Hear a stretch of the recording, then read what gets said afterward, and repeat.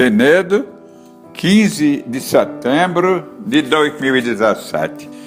Ao longo das muitas civilizações, sem que aqueles que a constituíram ou nela viviam tivesse a intenção ou consciência, a cidade desempenha o papel memorial de monumento-objeto que paradoxalmente não é levado a este fim e que, como todas as aldeias antigas e todos os estabelecimentos coletivos tradicionais do mundo, possui em seu grau mais ou menos restrito o duplo e maravilhoso poder de enraizar seus habitantes no espaço e no tempo. Para Ruskin, é sacrilégio tocar nas cidades da era pré-industrial. Não devemos continuar a habitá-las e, como no passado, elas são garantias da nossa identidade pessoal, local, nacional e humana. Eles derrubam as casas como os primeiros derrubavam as árvores e suas consequências agora são desastrosas e atingem a todos nós.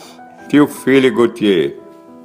Amigo Mário Aloísio, com grande alegria recebi o convite para a solenidade de entrega da reforma do prédio do Teatro Sete de Setembro, que se realiza nesta data de 15 de setembro de 2017. Esse fato resgata uma considerável parcela da história da nossa cidade e reveste-se, portanto, de grande significação. Vem do militar a expressão teatro de operações, que é o local onde se reúnem as tropas, onde ocorre a peleja, a disputa, a contenda, a guerra. Clássicos da historiografia também intitularam suas obras como teatro. Teatro rerum natural em Brasília. E, por simplificação deste conceito, chama-se teatro a casa onde ocorrem as manifestações da arte em suas múltiplos aspectos. A nossa Penedo, há mais de um século, fez erigia uma casa de espetáculos desse tipo e consagrou as musas Euterpe,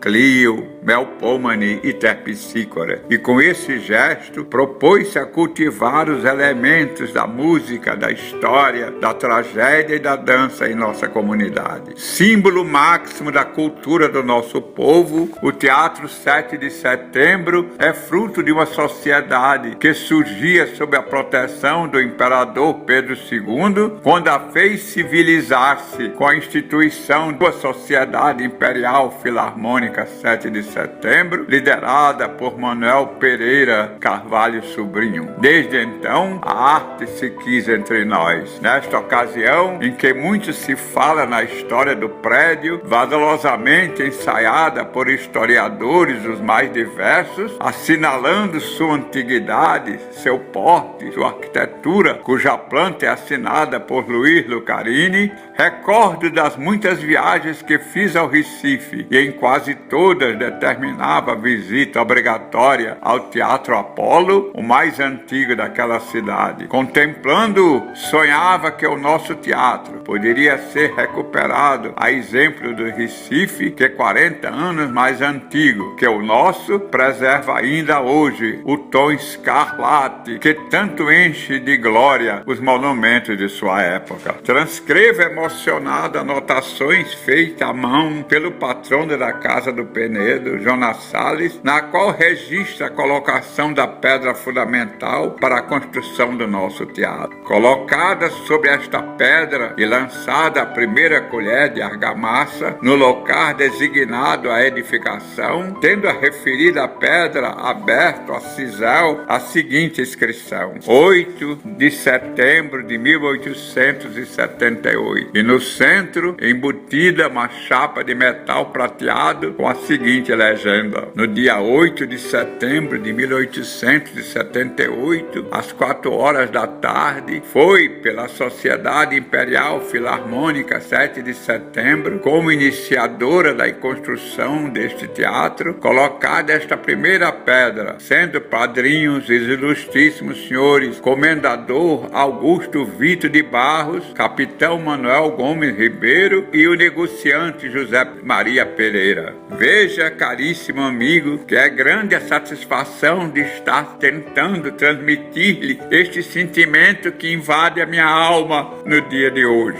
Nos meus quase 80 anos, muitos deles volta deste teatro e de sua história, recordo com o mesmo entusiasmo com que testemunhei os esforços de meu pai, que na década de 40, à frente da Imperial Filarmônica, fez erguer um anexo lateral, a fim de garantir acesso independente ao Salão Nobre, uma vez que o prédio e a plateia ocupavam-se também com exibições cinematográficas. De discursos trágicos do teatro grego à sétima arte, tudo isso repousou sobre o palco do nosso teatro. Menino no Penedo, enchia-me de alegria as incontáveis sessões de cinema a que assisti no Cine Teatro Ideal, na companhia do amigo Ricardo Cravalbim, o mesmo que mais tarde viria a se tornar um grande e respeitado musicólogo brasileiro, cuja juventude também foi vivida nesta cidade. Desde o primeiro drama representado, Violino do Diabo, de Agnello Leite, o tablado centenário do nosso teatro serviu a Sabino Romariz, que nele não somente declamava seus poemas, como assistiu a muitos de seus dramas serem representados. Óperas e operetas, em sua maioria italianas, apresentaram-se para um público ávido por cultura, com o patrocínio do penedense Manuel Sobral Pinto. Nesta casa secular, gritos de uma arte universal reverberam em suas paredes e ainda hoje impregnam a minha mente. Enumerar seus feitos ao longo desses 133 anos é tarefa que não cabe aqui, em que pese julgar importante a ressalva de momentos singulares da história deste país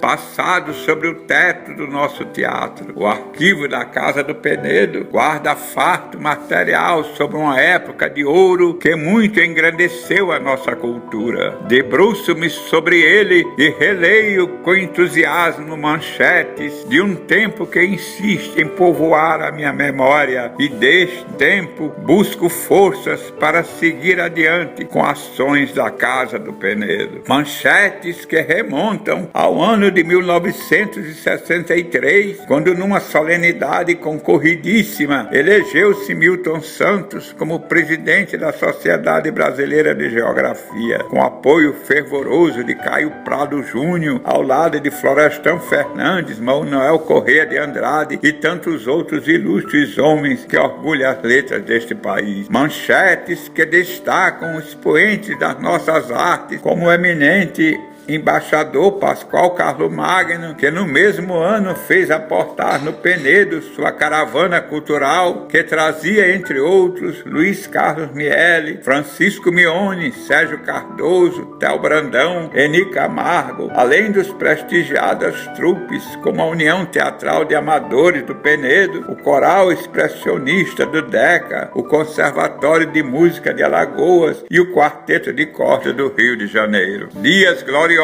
em que a cidade se revestia de arte e pontuava o orgulho de homens e mulheres penedenses. Dias em que se conjugava a literatura de Hemel e se pontificava.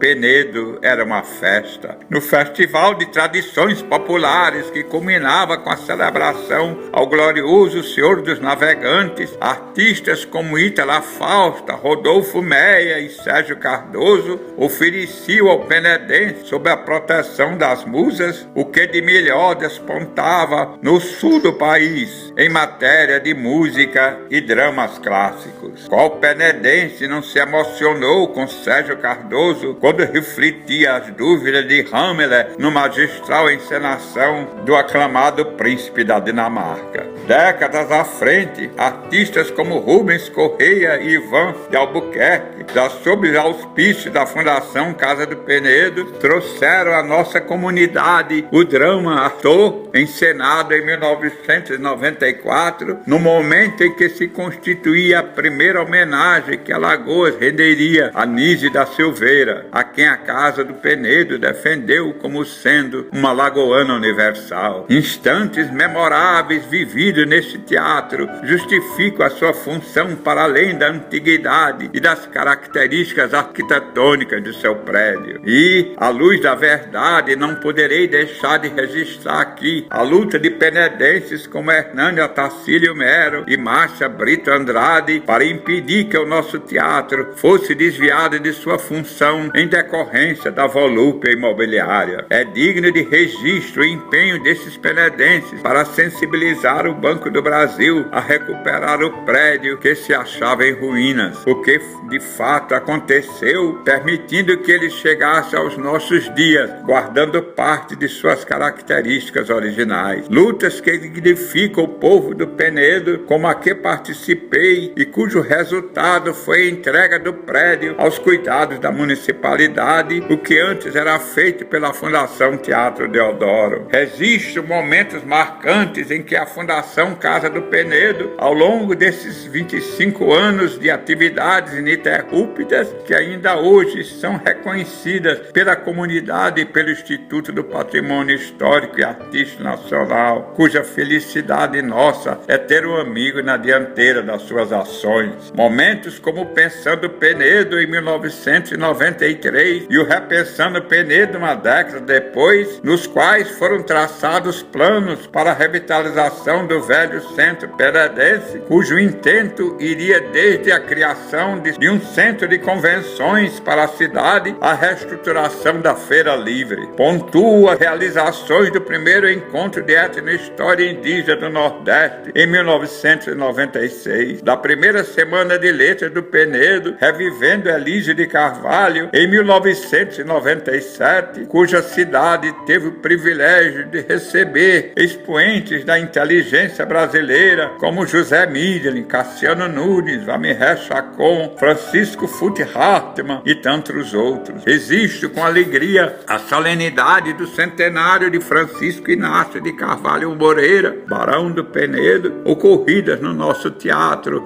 em 2005, e que ensejaram por iniciativa da Fundação Casa do Penedo a criação da Comenda do Mérito Cultural Barão do Penedo, que nesta oportunidade é conferida ao excelentíssimo senhor governador do estado. Também neste mesmo ano, recordo, quando em solenidade no auditório da Casa do Penedo foi entregue à administração municipal uma proposta de restauração do teatro, com o testemunho de familiares de Carvalho Sobrinho, que naquela ocasião nos confiava a guarda de importantes documentos que pertenceram àquele que deu ao Teatro 7 de Setembro uma gestão exemplar digna dos grandes circuitos teatrais Brasil afora. Momentos como o que marcou os fundamentos do Museu do São Francisco, quando levamos à exibição um interessante vídeo documentário idealizado pela Casa com patrocínio da Unesco, cujo intuito nosso é a proteção da festa de Bom Jesus dos Navegantes por meio de seu registro como patrimônio imaterial brasileiro e suas consequente inclusão no calendário nacional. Sinto, caríssimo amigo, que não deverei estender-me, mas imagino a alegria de Hernani Mero, de Valdir Batinga, de Murilo Mendonça e de tantos outros conterrâneos que saíram em defesa do Teatro 7 de Setembro e que no dia de hoje, por empenho pessoal seu, são também homenageados. Que o jovem penedense comungue desse orgulho e faça valer a pena